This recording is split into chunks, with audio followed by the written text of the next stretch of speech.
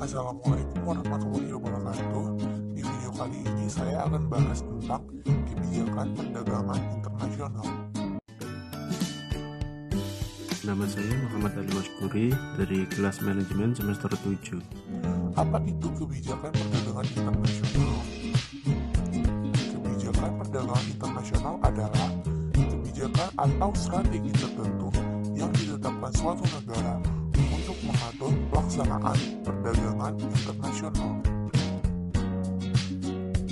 Selanjutnya, kebijakan perdagangan internasional itu ada 5. Yang pertama, politik dumping, subsidi, larangan ekspor impor, kuota, dan penetapan tarif atau biaya masuk. Yang pertama adalah politik dumping.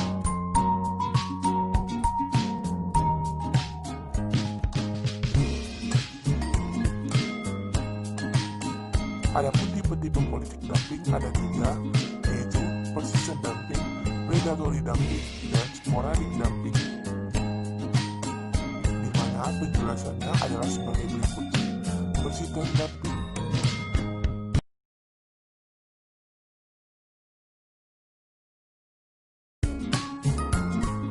predatory dumping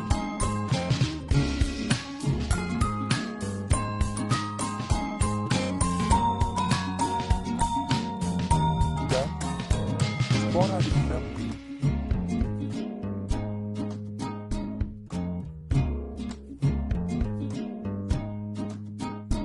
Yang kedua adalah subsidi. Alasan pemerintah memberikan subsidi yaitu menyeimbangkan produk impor dan ekspor dan membantu usaha produksi di dalam negeri.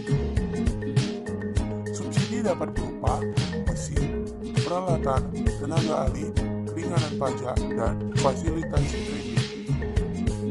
Tujuan subsidi adalah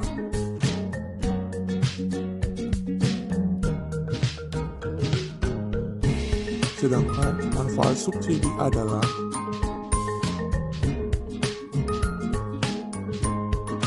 kebijakan yang ketiga adalah larangan ekspor impor atau proteksi. Larangan ekspor impor merupakan kebijakan pemerintah dalam perdagangan internasional dengan cara melarang pembelian barang dari luar negeri dan ekspor ke luar negeri, bertujuan untuk meningkatkan daya saing produk di pasar dalam negeri maupun internasional dan membantu mengatasi kelangkaan bahan baku produksi dalam negeri. Mengapa kegiatan ekspor atau impor itu dilarang? Jika demikian, bukankah hal ini meniadakan perdagangan internasional? Kira-kira kenapa ya?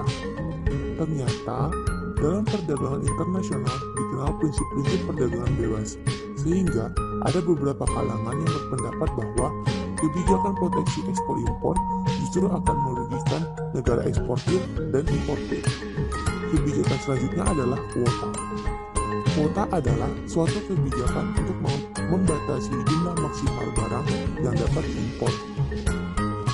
Hal ini dilakukan apabila pemerintah tidak melakukan pelarangan impor suatu barang, tapi juga ingin menaikkan biaya masuk atau tarif karena khawatir akan menaikkan harga barang dalam negeri. Jenis kuota ada 4. Yang pertama, kuota mutlak, yaitu penentuan oleh suatu negara. Yang kedua adalah bilateral kuota, yaitu penentuan kuota menurut perjanjian antara negara pengekspor dan pengimpor. Yang ketiga adalah tarif kuota, yaitu pemerintah mengizinkan pemasukan barang ke dalam negeri dengan jumlah tertentu dan tarif tertentu selama jangka waktu tertentu.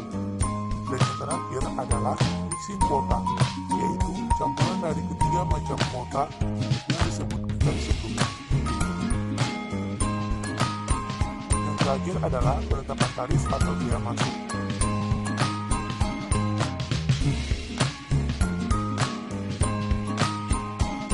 Penetapan tarif atau biaya masuk adalah pajak atas barang-barang impor yang masuk ke dalam suatu negara.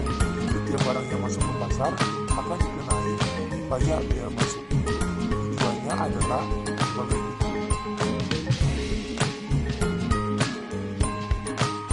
demikian video presentasi kami. Thank you for watching. Assalamualaikum warahmatullahi wabarakatuh. Don't forget to like, comment, and subscribe. Berikut adalah contoh kasus dumping. Utilisasi rata-rata pabrik tepung terigu di Indonesia berada dalam posisi rendah. hanya sebesar 64 hingga 68%. Salah satu permasalahan yang menyebabkan hal tersebut adalah adanya praktek dumping, yang menyebabkan kerugian industri dalam negeri yang berdasarkan penyelidikan Komite Anti-Dumping Indonesia terjadi atas impor tepung gandum yang berasal dari India, Sri Lanka, dan Turki.